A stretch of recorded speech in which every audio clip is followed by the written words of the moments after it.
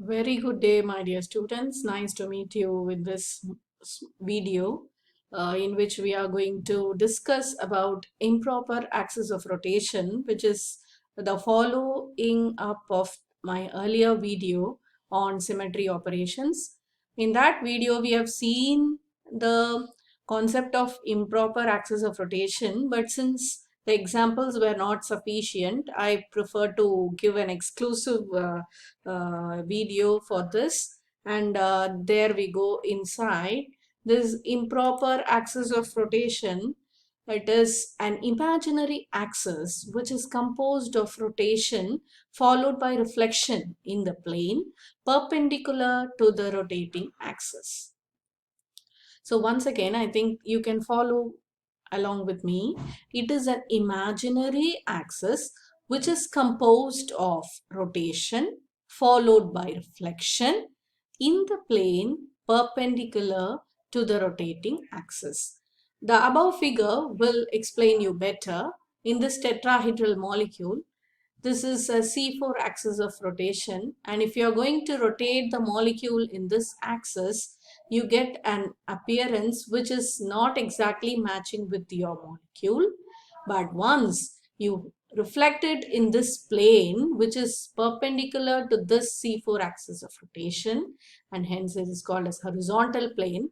So reflection on the horizontal plane is giving you an image which matches exactly with your initial image. So the combination of C4 and sigma H is called as S4 axis of symmetry. So this particular molecule, tetrahedral molecule, is having a S4 axis of symmetry. So you can represent the axis of improper axis of, hence it is a S4 axis of symmetry, which is a combination of C4 axis and sigma H. Now we will go to the next example. This will make you more clear. In this molecule, we will see if there is a S6 improper axis of rotation or not. This is a benzene molecule, which you very well know, and this is a planar molecule which has a C6 axis of symmetry at its center.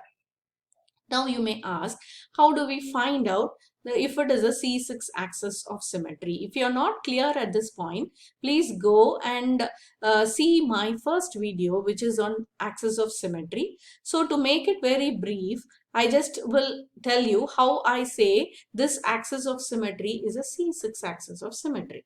Now, if I am going to rotate this molecule through this C6 axis, this particular axis, then I get identical image after every 60 degree of rotation. So if I am going to divide 360 divided by 60 will be my 6. So I name this axis as C6 axis of symmetry. So another way of finding out the axis of symmetry is if you rotate this molecule through this particular axis, I get the identical appearance 6 times. So this axis becomes a C6 axis of symmetry. So this after performing one C6 axis of symmetry, and if I am going to reflect this molecule in the plane that is perpendicular to this C6 axis of symmetry, I get an identical image similar to this. So this particular molecule has S6 axis of symmetry, which is a combination of C6 followed by a sigma H. So you can see how the C6 results in the dislocation or the movement of 6 to 1 position and 1 to 2 position and 2 to 3 position, and on reflection you get this molecule in the inverse. All the balls are reversed. So you have this molecule which is looking exactly similar to that of this molecule, and so benzene possesses S6 axis of symmetry. Now, let us see if the molecule allene has some improper axis of symmetry. So, you just carefully watch the particular animation that is performed here. So you can see that this particular molecule allene is, if you imagine a C4 axis and rotate it in this C4 axis, you get this image which is looking very different from that of this. But once if you are going to rotate this particular image, this particular structure uh, in the plane perpendicular to this plane, then you get a molecule which has exactly the same appearance as that of the initial. Let me make it once again. The C4 axis of symmetry that runs here. Why I call it a C4? Because it performs 90-degree rotation. See, you can imagine in your mind, if I am going to perform a 90-degree rotation, I will get an image similar to this. And this is not similar to this. So, I don't have C4 axis for this particular molecule. But if I have a plane that is lying at this particular point and I am going to reflect this molecule, I get this image which is looking very similar to that of the initial image. Therefore, C4 when performed alone is not giving an identical image, but when performed C4 performed along with sigma h is giving an identical image. Therefore, that particular operation is designated as S4 and allenes have S4 axis of symmetry. I think the concept would have become a little more clear for you. Now, let us go to our plates PowerPoint and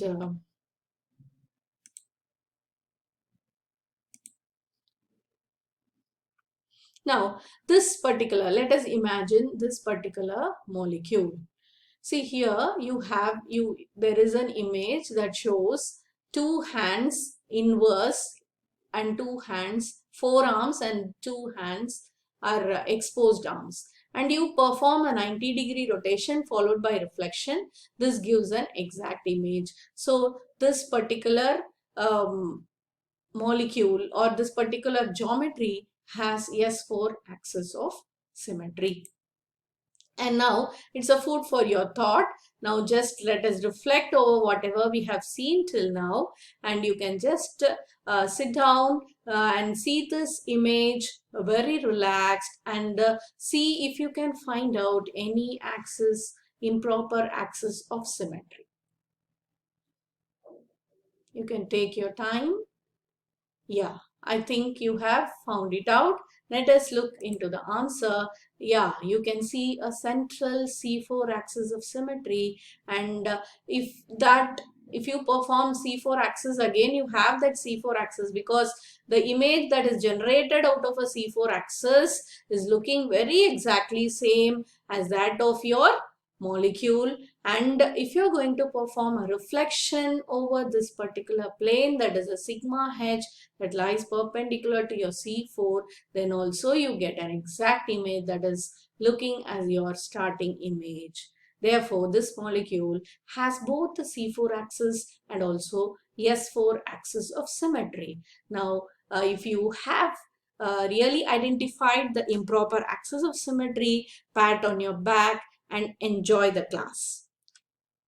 Now, this is the end of this particular video, and now I would like to tell you that improper axis of symmetry is a very important symmetry element that is obtained by performing rotation over the proper axis of symmetry followed by reflection in the plane that is perpendicular to that particular axis of symmetry. And hope you would have enjoyed the class and you have assimilated the informations. Now in the next video you can see about the effect of performing consecutive successive operations. Thank you.